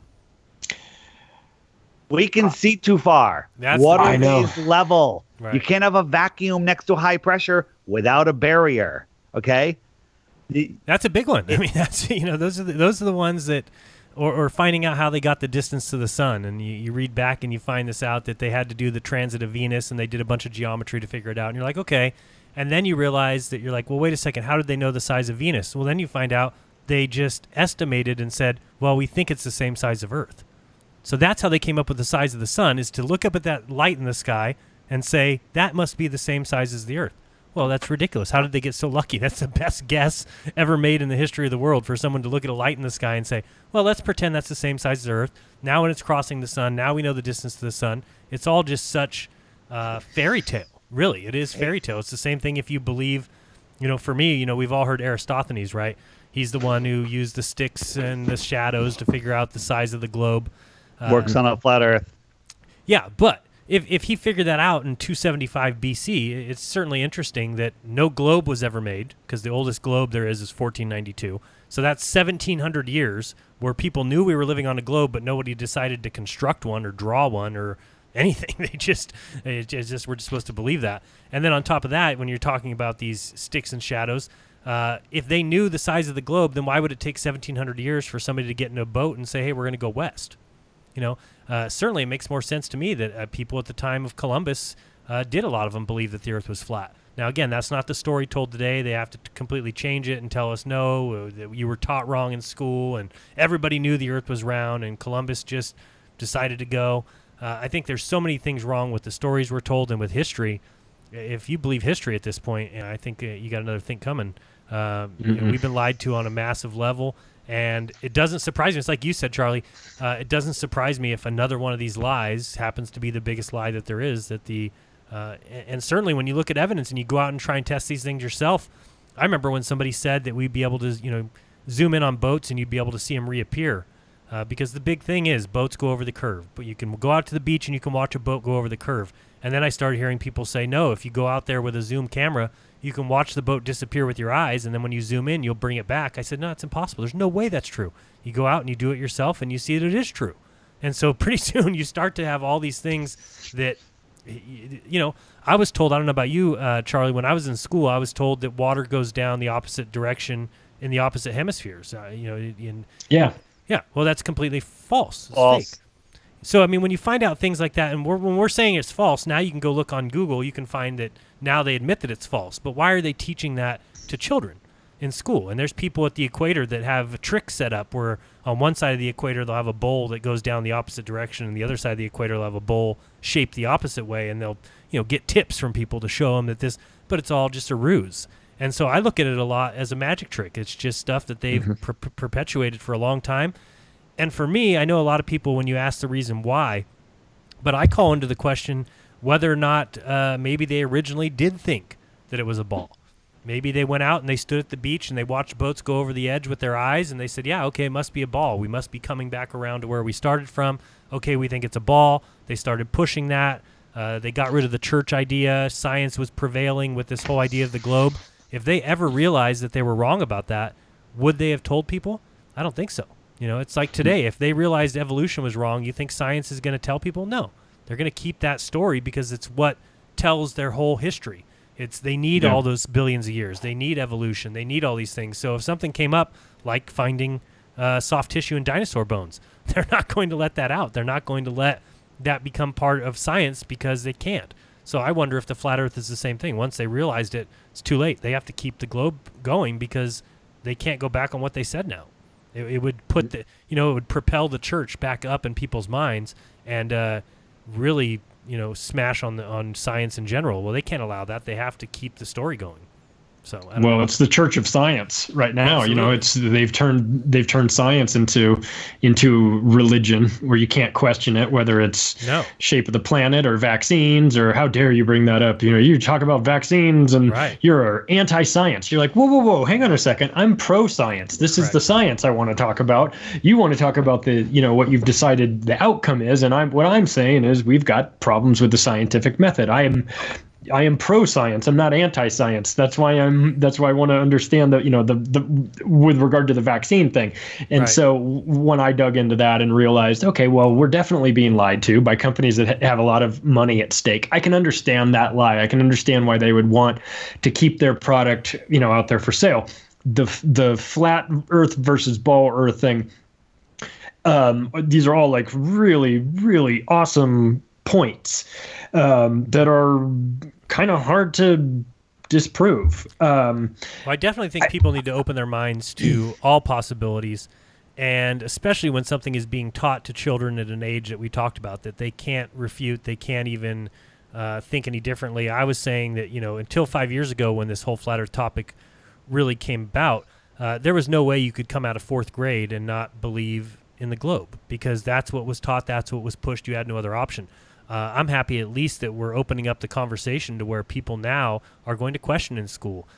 Children are going to not just believe it right off the bat. They're going to try and challenge it, and I think great things will come from it, whether we're right or wrong, I think we should always be questioning everything. Absolutely. Right? You should never just take people's words for it. But that's what we've come to we've got this great technology, but most of us don't know how any of it works. I couldn't build a car. I know how to drive a car, but I couldn't build a car. I just know how it works. So I get in there and I trust that this is how it all fits together, and this is how it all works. So on some levels, you kind of have to trust engineering and trust science.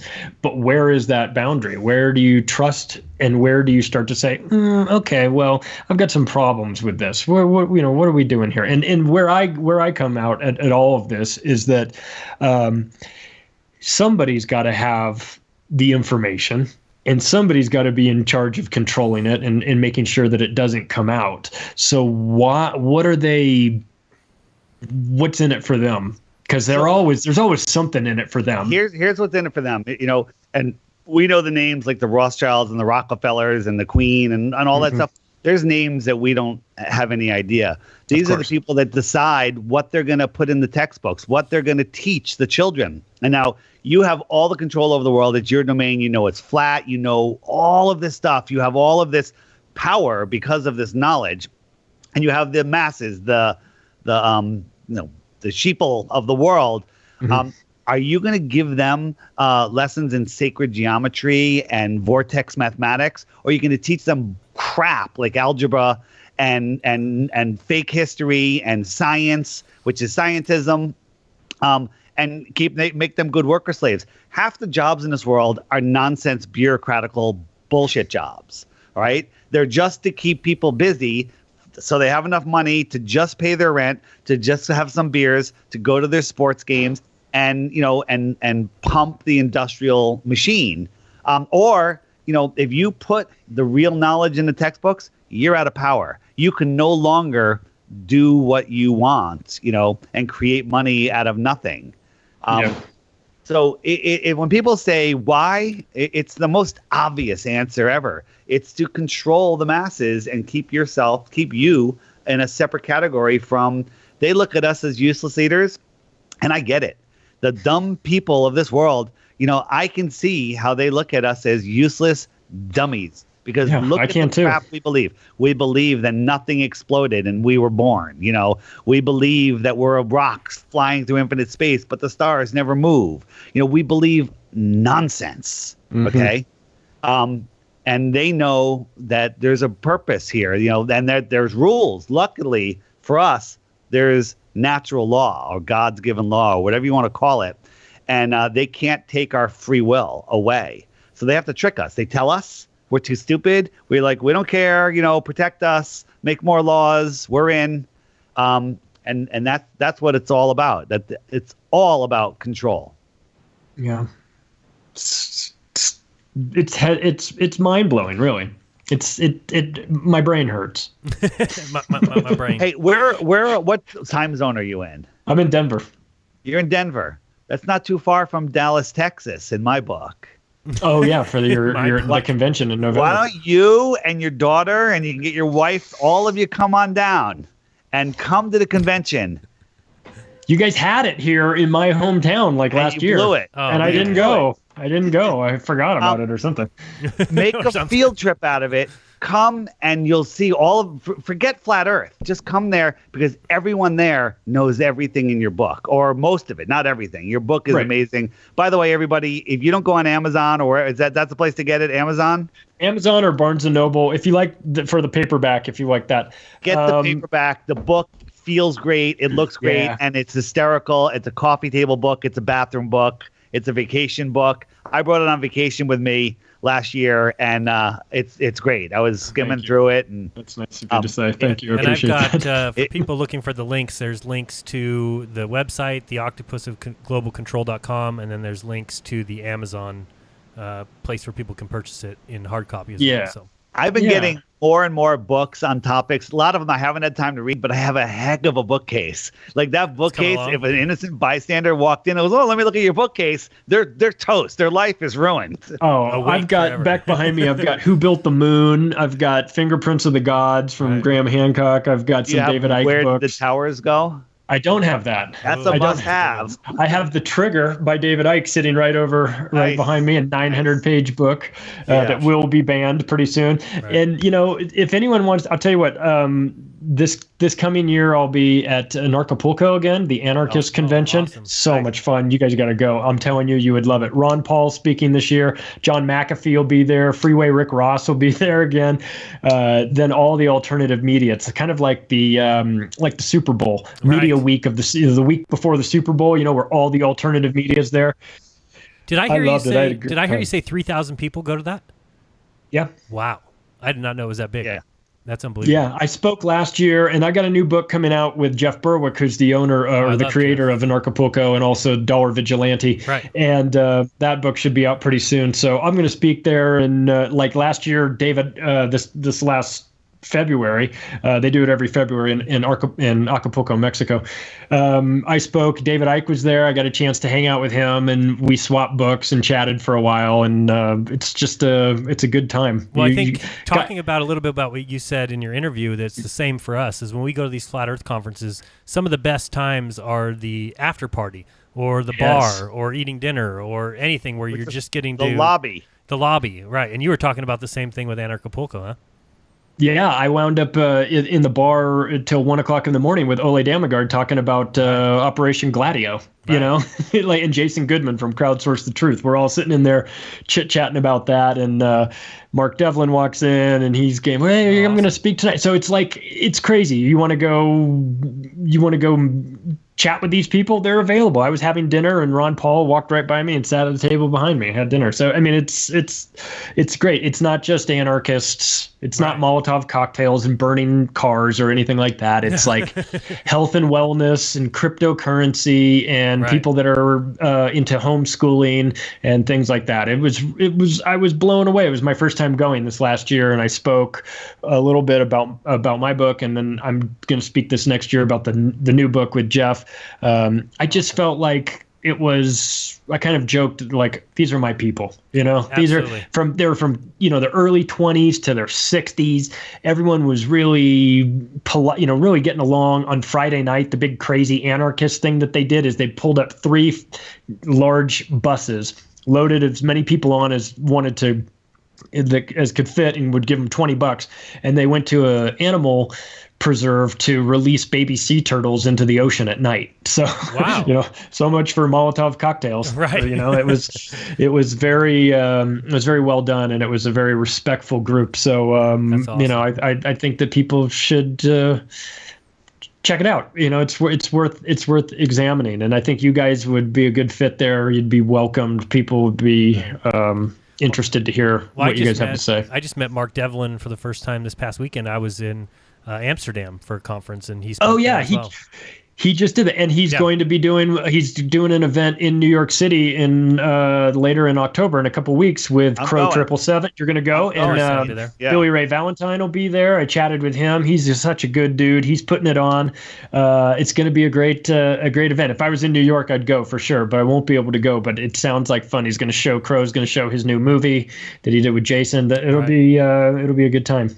Yeah, starting to see a lot of that happening, and maybe it didn't happen so much in the past, but I'm loving it to just see all these events and people getting together. I think it's going to have huge returns in these coming years. Jason is speaking at the Flat Earth Conference also. Yeah. Oh, cool. He's doing a presentation on something Flat Earth, something good.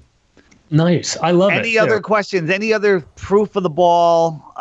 Listen, the proof is in the. I give up. Earth is flat. The proof it's the social conditioning more so than anything. You break off of that and you get known as a guy who doesn't believe what everyone else on the planet believes. That's a very isolating and lonely place. Whatever, you know what I mean? Hey, there you go. Gun to your head. Flat or round? Planet. Flat or globe? I'll tell you. Flat or globe? 5, 4, 3, 2. Boom, you're dead. I know. And listen, I gotta dig into more of this. That's how bad flat Earth is. People would rather take a bullet in the head than say the Earth is flat. That's true. I'll tell you, it's a very polarizing thing. I mean, you can be ostracized, or like we were talking about, David, being discredited. Really? People trying to discredit everything that you've done because of this. And I understand that there's sort of barriers to people making that leap. I bet you there's a lot of closeted people, right? That they're like, don't tell anyone. That's 99% of the population out there is closeted. So many. Well, you. Jaron, you've got your 10th Planet on there, your Eddie Bravo thing, and I just did my new tinfoil hat episode will be out tomorrow. Actually, I just did one on. I'm actually going on there in the next couple days. We're just having scheduling conflicts. Yeah, Sam's the best, and so I think they're going to do an event in Vegas in a couple of weeks, and I think I'm going to Friday after they're in Vegas, the Friday of the conference. I think I have to be there for work anyway, so I might. I live in Denver. I work in Vegas.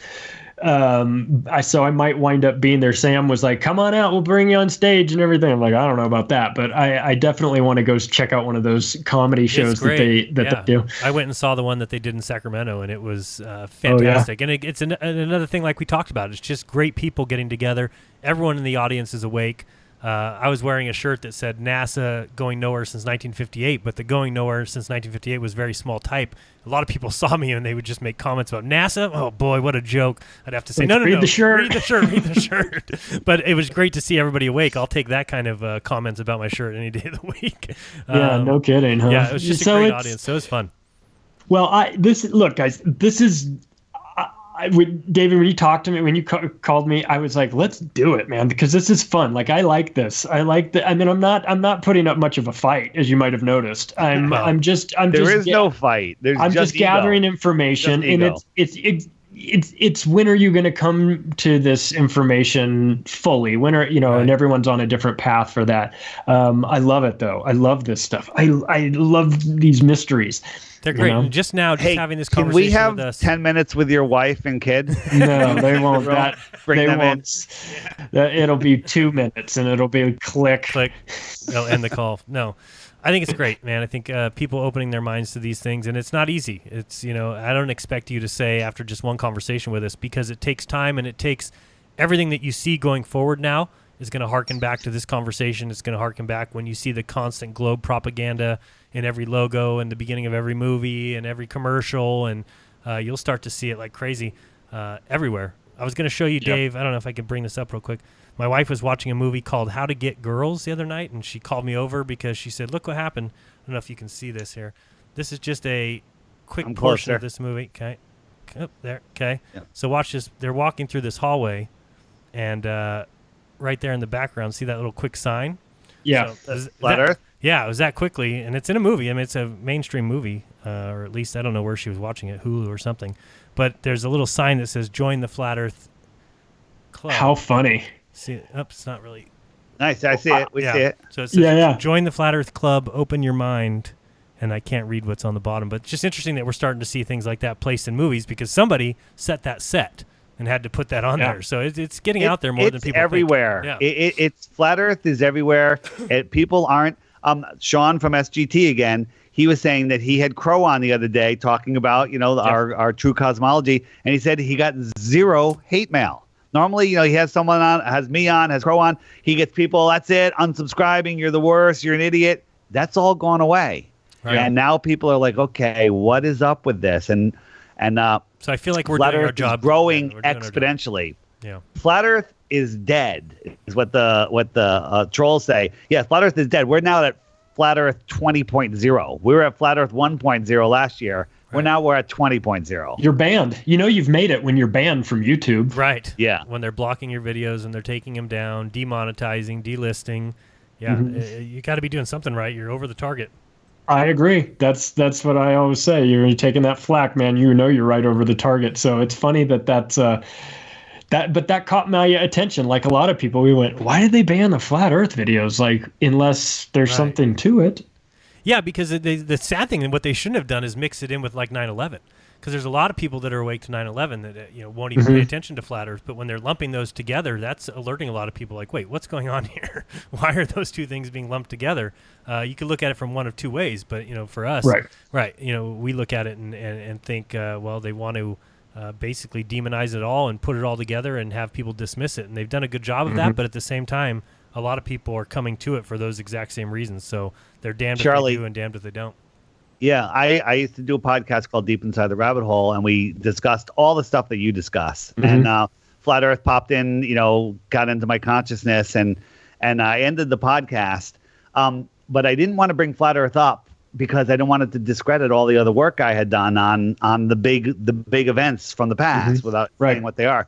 And then I realized, you can wake someone up to what I call the big three, which is the SH, the Boston thing, and the thing happened in New York City. And people can wake up to those three, and then they go back to work and they forget about it. But when you see the flat Earth, it's there every day. There's no escaping, and it changes who you are. And I felt that my job could be more effective because once you wake someone up to flat Earth, then all of a sudden they see everything else. Right, other stuff's Once easy. the flat Earth opens your eyes to all the other doors. The flat Earth is black belt levels conspiracy. You can't drop that on somebody on day one. No. It's just more powerful than all of the other ones. They're like, you could see the 9/11 event and go, well, it was this, that, and they were doing this, but now we have a new government, a new president, and those people are gone, and baloney. Flat Earth affects every person, every single day, everywhere on Earth without exception. Okay, that's it. People in other countries, 9/11 didn't affect them like it affected us. Okay, right. Flat Earth affects everybody every day. Period. Yeah. All right. Well, Charlie, I appreciate you coming on. We're almost at the 2-hour point, so we'll probably say goodbyes here shortly. But just tell everybody one more time where they can find you and how they can get a hold of your book and where you'll be speaking at coming up. Yeah, you can get if you like the digital version, you can get that on my website, theoctopusofglobalcontrol.com. Just make a PayPal donation over $10 and I'll send it to you in EPUB format and also as a PDF. Physical book, Amazon, barnesandnoble.com. They've got them available there. Like I said, I'll be speaking at an Acapulco, and I've got a new video that's out with Sean Atwood that I just recorded today. That should be out. We talked about Epstein, and Tinfoil Hat, that should be out on Friday, and that is talking about climate change. Oh, boy. Our ecosystems are dying. Everybody's dying. We've got 12 years. Oh, I mean, another 12 years. I mean, another 12 years. You've robbed me of my childhood. Oh, boy. Yeah, you robbed me of my childhood. Get out of here. Get out of town. Nonsense. I live on a coastal town. I've lived here my whole life, and I've been a fisherman and a windsurfer and a kite surfer. So I'm in the water all the time, and I know the rock walls and everything where the water comes up to. It hasn't changed in over 50 years. Not a friggin' inch. Nothing has changed. We've had a storm, but all of the permanent fixtures are the same distance from the water that they've always been.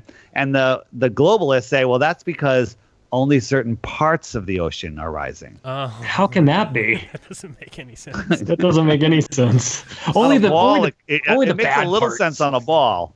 Yeah. Oh, It boy. makes a little sense on a ball. Yikes. Well, I don't know. It's all very this is very fascinating. I like this topic and I like you guys. I'm glad you guys had me on and I appreciate you giving me the opportunity to come in here and play devil's advocate here. Although I didn't really play it all that hard. I mean, it was pretty non-confrontational or anything. I more than anything, I want to know more. I want to know more about everything, right? I want to get as much information as I can so I can make the best decision possible. Without a shameless plug, download my app. Get the app. Every day I put a new video in the featured video. It just shows up on the app in the corner, and you get a little notification saying what it's about. I do short videos during the week, mostly longer ones on the weekend. Just click it each day and watch one short video each day, and your life will be ruined forever. Great. Just what I need. More hours on the internet researching things. Wonderful. Well, you don't have to spend the time looking. I'm going to feed you one video that's a good. day. One video a that day. works. Yeah. I can do that. And then we'll check back with you a year from now, and we'll see if you're full-blooded flat earther. I'm checked into the nut house. That way a little. Oh, there you go. Right. There you go. I'm calling BS. Gotcha. And there it is. So I got a great one for tomorrow. What's the app called again? The Flat Earth, Sun, Moon, and Zodiac Clock app. But if you just type in Flat Earth Clock, it's there, or Flat Earth, it comes right to the top. Got it. I'm getting Flat it. Earth, Sun, Moon, and Zodiac Clock app. Boom. I'm getting it. I'm definitely going to be put on some weird list for downloading it, but I'm already on the list. You're already on the list. You wrote that book. Your book is on You're higher up on that list than I am. we're lower. I'll be in the cell next to you at the FEMA camp. That's fine. It'll be all right. We'll be there with good people. So we'll be Yeah, right of back, course. Right? Love a party. All right, Dave, any final words, or have you plugged your app enough? I'm plugging the truth, man. That's the it. truth I meant, not the app. All right. Thanks, guys. I appreciate you having me on. I really do. It was a fun time. All right. Thanks, Charlie. Appreciate it, guys. All right. If anybody wants to support this channel to keep it going, of course, you can't do PayPal because I've been blocked from them, but you can do patreon.com/jeranism or Venmo at Jeranism. Very easy ways to Jaron, donate. you got some super chats, by the way, from some people during the show. Oh, so. I didn't even see it. I should have it open.